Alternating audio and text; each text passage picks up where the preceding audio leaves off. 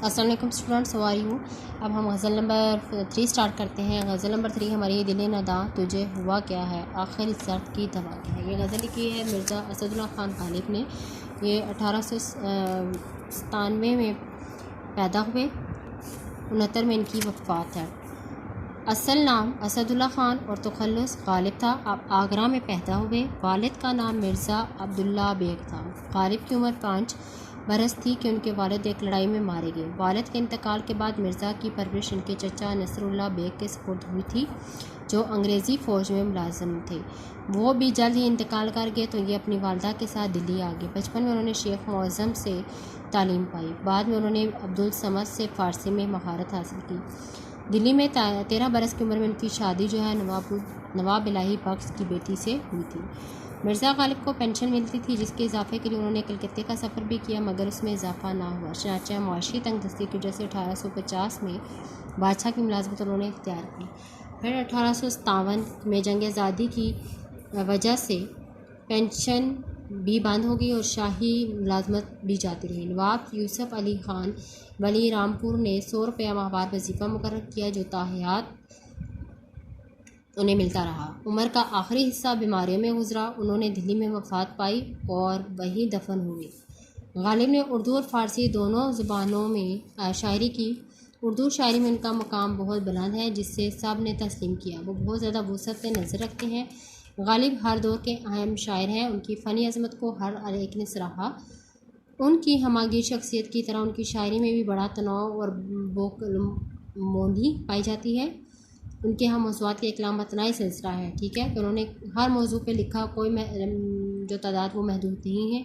उनकी उर्दू गज़ल मज़ामीन की रंगारंगी, वसअत नज़र, तख़य्युल की बुलंदी, पहलूदारी, मानी आफरीनी, नादिर तशबीहात व इस्तारात, नए अल्फाज व तरकीब, तंज़ व ज़राफ़त, आफाकियत और जिद्दत अदा की बदौलत बहुत आला पाई है। उनकी खसूसियात की बदौलत उन्हें उर्दू शायरों की सफ़े और में मुमताज़ जगह मिली, ठीक है।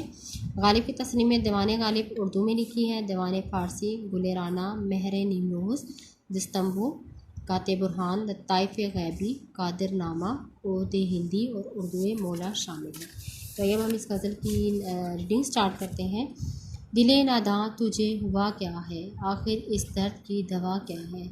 हम हैं मुश्ताक और वो हैं बेजार। मुश्ताक कहते हैं मिलने, इश्तियाक रखना, शौक़ रखना। या इलाही ये माजरा क्या है, माजरा किस्सा क्या है।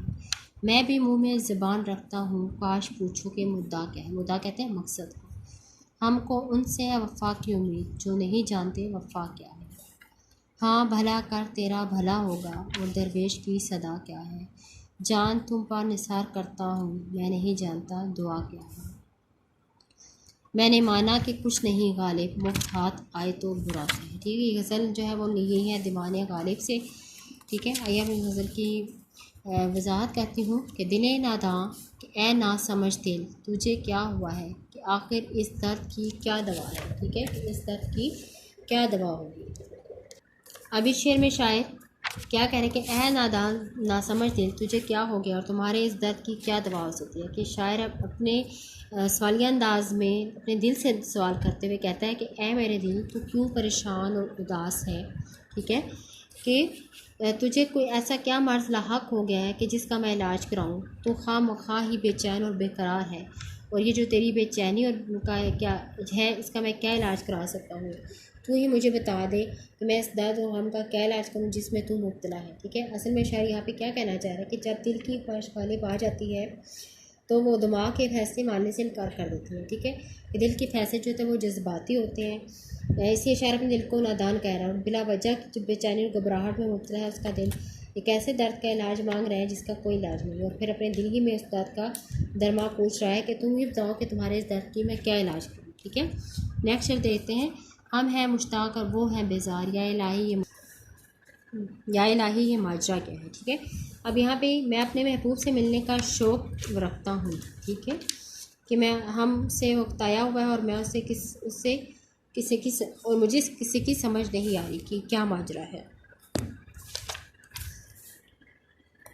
इस शेर में शायर अपने महबूब का दीदार करना चाह रहा है, कि वो उसको देखना चाहता है। चाहता है कि वो अपने महबूब को सामने बिठाकर उससे हर वक्त बातें करता रहे, लेकिन उसके महबूब को उससे मिलने की कोई तमन्ना नहीं। वो हर वक्त उससे ताया हुआ रहता है, गालिब को इस बात पर बहुत हैरानी है, वो तो बस यही चाहता है, ठीक है, लेकिन उसके दिल में जो ख्वाहिश है वो उससे महरूम हो जाता है कि वो तो उससे मिलने का शौक़ रखता है, लेकिन उसका जो महबूब है वो उससे बेजार है, ठीक है। वो उसको समझ नहीं आ रही कि इसका ये क्या माजरा है।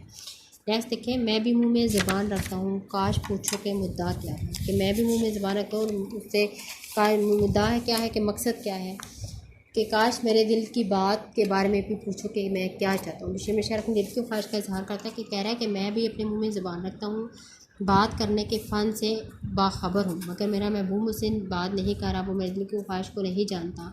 शायर को ये बड़ी हसरत है कि उसका महबूब उसके जज्बात से आगाह हो और उसको अपने जज्बात से आगाह करे। तो शायर के दिल में एक गुमान ये भी है कि उसका जो महबूब है कि वो दूसरे लोगों से उसके बारे में पूछ रहा होता है, वो उससे खुद बात नहीं करता, ठीक है। जैसे समझाने के अंदाज में कहता है कि आखिर में मेरे मुँह भी ज़बान है कि मुझसे बात मुझ पे से बात कर सकता है, लेकिन वो मुझसे बात नहीं करता और मेरे बारे में दूसरे से पूछता रहता है। हम कौन से हैं वफ़ा की उम्मीद जो नहीं जानते वफ़ा क्या, कि लोग कहते हैं कि हम इनसे लोगों से वफ़ा की आस लगाए बैठे हैं, जिन्हें ये भी पता नहीं है कि वफ़ा किस चीज़ का नाम है। कि अब फिर में शायर क्या करेगा, प्रेम आपको नादान और ना समझ करार देता है। कहता है कि उस शख्स ने वफ़ा की उम्मीद बांध ली है जिसको ये तक मालूम नहीं कि वफ़ा क्या होती है, वफ़ा करना नहीं जानते, उन्होंने कभी भी किसी के साथ वफ़ा का सलूक नहीं किया। ये तो हमारी नादानी है कि हम उनसे वफ़ा की उम्मीद लगाए बैठे हैं, ठीक है। शायर का जो इतना महबूब है वो इतना मासूम है कि वफ़ा और जफ़ा में तमीज़ ही नहीं कर सकता, वो ला इल्म है, उससे पता ही नहीं है कि वफ़ा क्या चीज़ होती है, ठीक है। हाँ भला कर तेरा भला होगा और दरवेश की सदा क्या है, कि हम फ़कीरों की यही सदा होती है कि हम के भला कर, कि हमारे साथ भलाई कर, कि तेरे साथ भलाई होगी। कि अगर दुनिया में किसी के साथ भला किया जाए तो जवाब में भलाई ही मिलती है, इसलिए वो कह रहे हैं कि तू भी भला कर, तेरे साथ भी भला होगा, ठीक है। कि यहाँ पे वो अपने एहसास दिलाना चाह रहा है कि उससे तू परेशान और वो दुखी नहीं देखना चाहता, कि सबसे आसान तरीका ये है कि दूसरों के साथ भलाई करो, कि दुनिया का मकाफात अमल है कि जो बोया जाता है वही काटा जाता है। दूसरों के साथ अगर आप नेकी करेंगे तो आपके साथ उसको आपका उस नेकी का अच्छा अजर मिलेगा, ठीक है। जब बुराई करेंगे तो वो बुराई ही बदले में हाथ आएगी। मैं तो नेकी और भलाई की तरफ वो माइल करना चाहते हैं। अब जैसे शेर है कि जो कुछ थैली में डालोगे तुम वही तो थैली से निकालोगे तुम, अगर कुछ थैली में डालोगे तुम तो थैली से क्या निकालोगे तुम, ठीक है।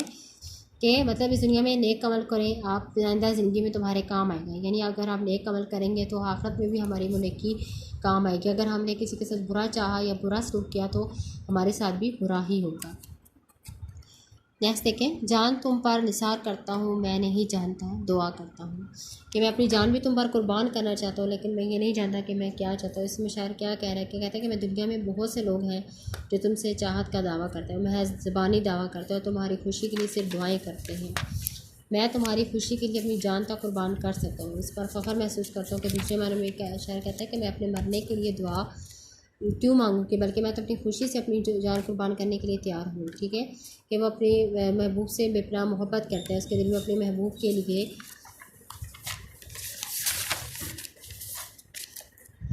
चाहत ही चाहत है, ठीक है, और उसकी खुशी के लिए दुआ के बजाय अपनी जान तक कुर्बान करना चाहता है। मैंने माना कि कुछ नहीं गालिब, मुफ्त हाथ आए तो बुरा क्या है। कि आप कहते हैं कि मैंने इस चीज़ को तस्लीम कर लिया कि मैं कुछ भी नहीं हूँ, लेकिन फिर भी अगर मैं मुफ्त किसी को मिल रहा हूँ तो इसमें बुराई क्या है। कि अपने हवाले करते हुए कहता है कि मैं जानता हूँ कि मेरी कोई कदर कीमत नहीं है। कि हम देखें हम इंसान में जब ज़िंदगी में हम किसी भी इंसान की कदर नहीं करते, लेकिन जब वो इंसान जो है वो हमारी ज़िंदगी से चले जाता है तो फिर हम मेरी ज़िंदगी में पछतावा रह जाता है, हमें उनकी कदरों में से पता चलता है कि उनकी क्या अहमियत है। मैं किसी काम का नहीं हूँ और बिना ही मेरी कोई हैसियत है, मैं तुम्हारे किसी काम नहीं आ सकती, लेकिन मैं अपनी कोई कीमत मुकर्रर नहीं कर रहा। मैं तो बग़ैर कीमत के ही तुम्हारे लिए हाज़िर हूँ। अगर मैं बग़ैर किसी कीमत के तुम्हें मिल रहा हूँ तो इसमें क्या बुराई है। मुझे बदले में कुछ नहीं चाहिए। असल में शायर जो अपनी हस्ती को वो है अपने महबूब के लिए कुर्बान कर देना चाहता है, इसलिए वो अपने महबूब से किसी कीमत पर भी तलबगार नहीं है। कि आपने इसकी तशख़ीस की याद करनी है और इसको पढ़ें और याद करें।